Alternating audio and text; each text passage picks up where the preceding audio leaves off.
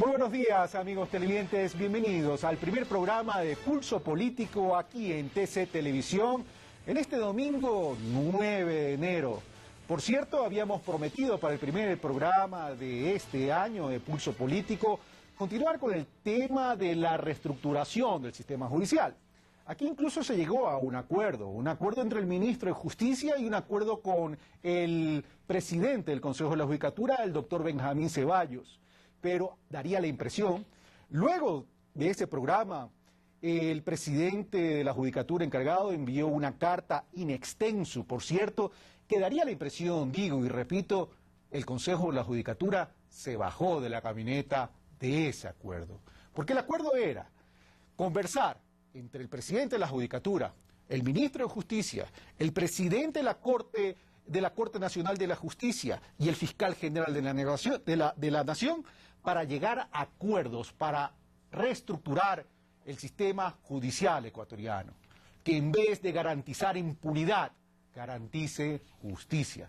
Vamos a seguir insistiendo en aquel programa porque creemos que es de vital importancia y trascendental para el Ecuador que la justicia ecuatoriana cambie de rumbo. Así que seguiremos insistiendo.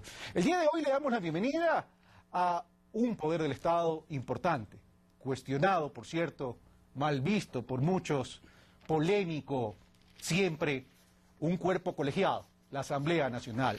Tenemos el día de hoy, para hablar sobre la agenda legislativa, a la asambleísta del Partido Socialista, Silvia Salgado, presidente, digo yo, de una de las comisiones, comillas, a lo mejor más activa, la Comisión de Fiscalización, y el voto 63 que se ha jactado durante el año pasado. Ya vamos a hablar por qué.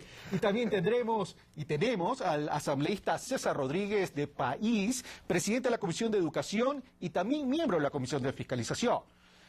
Hemos invitado también a Vicente Tallano, pero lamentablemente una hora antes de la transmisión de este programa nos ha indicado que se siente un poco delicado de salud y nos ha enviado sus excusas. Por tanto, nos quedó poco tiempo para poder tener un tercer integrante en esta mesa.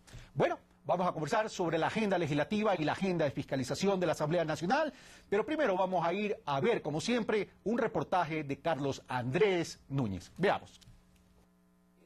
Un total de 15 leyes fueron aprobadas por la Asamblea Nacional en el 2010. El Código Orgánico de Ordenamiento Territorial, Autonomía y Descentralización COTAD, al igual que el Código de Producción, son considerados de trascendental importancia dentro del proyecto político de la Revolución Ciudadana. Asimismo, la Ley de Hidrocarburos, que permitió dar paso a la renegociación de los contratos con las empresas petroleras, marcaron el año anterior. Pero una de las leyes que más conmoción generó fue la de Educación Superior. En medio de su debate, estudiantes protagonizaron numerosas marchas. Finalmente, fue aprobada por el Pleno de la Asamblea y tras un veto del Ejecutivo, entró en vigencia por el Ministerio de la Ley. La misma suerte corrió la Ley de Servicio Público. Parte de la ciudadanía considera que el trabajo legislativo en el 2010 fue medianamente efectivo. Un excelente trabajo. ¿Por qué? Por las cosas, las nuevas leyes, las cosas que han hecho, todo. Muy bien. Pienso yo regular, no se han quedado algunas cosas, todavía veremos. Hubo mucha discusión y no se hizo nada. Ojalá que en el 2011 se unan. Para mí mal trabajo. ¿Por qué? Porque no se ve nada de la ley aprobada, nada de cosas buenas, no hizo, es poco lo que hizo. Para el politólogo Adrián Bonilla, el año anterior la Asamblea tuvo dos fases, marcadas por los acontecimientos del 30 de septiembre. En la primera dice: el bloque mayoritario fue definitivo porque la oposición tuvo muy pocas posibilidades, no solamente de generar iniciativas, sino de que sus iniciativas puedan pasar. Y el segundo momento, cuando hubo una alineación entre la mayoría y el presidente. El presidente de la República dejó de legislar en forma unilateral mediante vetos. Pero Bonilla también señala que el Parlamento, por naturaleza, es un espacio de debate, polémica, disensos y conflicto, necesarios para construir la democracia. Las normas para que el conflicto se procese, esas son las importantes de ser respetadas. Pero aún existen temas pendientes que deben tratarse al interior del legislativo. Uno de los más importantes es el de las reformas penales, pues tiene que ver directamente con la seguridad de la ciudadanía. Para que no haya tanta delincuencia. Erradicar tanta delincuencia, digamos. De ahí quedan en la agenda temas fundamentales como la ley de recursos hídricos, por ejemplo, que el año anterior generó protestas indígenas. las reformas a la ley de tránsito y la ley de comunicación, que aún no ha sido sometida a segundo debate por la falta de consensos. Carlos Andrés Núñez, Pulso Político.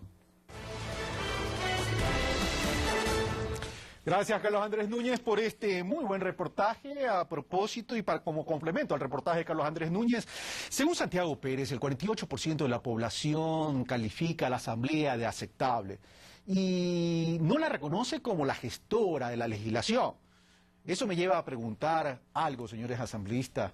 ¿Ustedes terminan siendo el brazo ejecutor del Ejecutivo en medio de la inoperancia de una oposición política inadecuadamente estructurada, o mejor dicho, ausente en la política del país? Silvia Salgado, César Rodríguez, buenos días, bienvenidos. Buenos días, Carlos, un saludo a César y a todos quienes tenemos hoy la oportunidad de poder dialogar. Un saludo en este nuevo año. Creo que estamos ante todo en un punto que es innegable, en donde estamos sentando las bases de una nueva cultura legislativa y de una nueva cultura de fiscalización. Y por lo tanto, de una nueva cultura política ciudadana. ¿Me permite sonreír, señora asambleísta? Usted dice todo una el derecho nueva que cultura legislativa y una nueva cultura de fiscalización. ¿Sabe cómo define la fe la Biblia como la certeza de lo que no se ve? Quiero felicitarla por su fe, porque yo no veo una nueva cultura de fiscalización. Mientras ni una el nueva pueblo cultura ecuatoriano legislativa mantenga las esperanzas, yo creo que vamos por ese camino.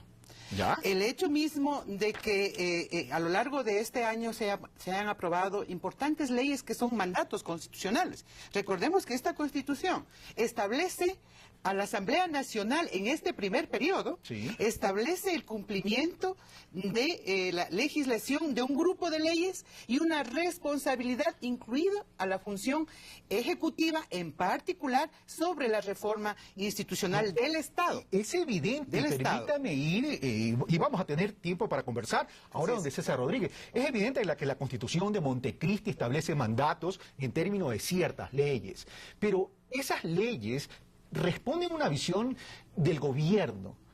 Y el Ejecutivo es un colegislador, y un colegislador bien activo. En diciembre del 2009, el presidente Cordero de la Asamblea, el presidente de la Asamblea Nacional, el presidente Cordero, decía que la Asamblea se había entregado al Ejecutivo y tan solo se había transformado en un brazo ejecutor del Ejecutivo. Por tanto, había carecido de esa iniciativa. ¿Dónde está esa iniciativa legislativa de la Asamblea Nacional, asambleísta Rodríguez? Buenos días. Buenos días, Carlos. Gracias por la posibilidad de estar en su programa. Me uno también al deseo ferviente de que este año 2011 sea un año de parabienes para toda la familia ecuatoriana. Creo que en la legislación ecuatoriana y en el Parlamento ecuatoriano actual, lo que está cambiando es que no se ha reeditado esa especie de comedia que vivía la política del pasado, en la que el presidente de la República se despojaba de su condición de militante de un partido y decía que no respondía a la estructura orgánica, sino que se liberaba para trabajar en función, entre comillas, de una absoluta neutralidad entre el bien y el mal en favor de todos los ecuatorianos. Lo que se llamaba como libertad partidista. Eso no estamos viviendo ahora, porque el Parlamento ecuatoriano, con el presidente Correa, somos equipo.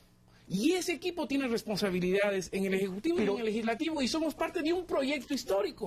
Por lo tanto, plantearnos una especie de sainete de que nosotros somos la oposición del presidente Correa es absurdo. Pero nadie está de que nosotros nos planteemos el que la Asamblea tiene que mantener un marco de absoluta independencia con el Ejecutivo es una falsedad absoluta. Pero aquí en esta mesa no estamos planteando eso. Es decir, a ver, Pepe Mujica, uno de los representantes de la izquierda en Latinoamérica, hablaba de tuercas y tornillos, pero también hablaba de libertad de pensamiento, libertad de criterio. Y es obvio que ustedes al interior han tenido, de la Asamblea, como bloque oficialista, perdón, señalo a la izquierda o allá directamente, doña Silvia. Es que con el voto 63 a veces me confundo, pero permítame hablar con César Rodríguez y luego de usted.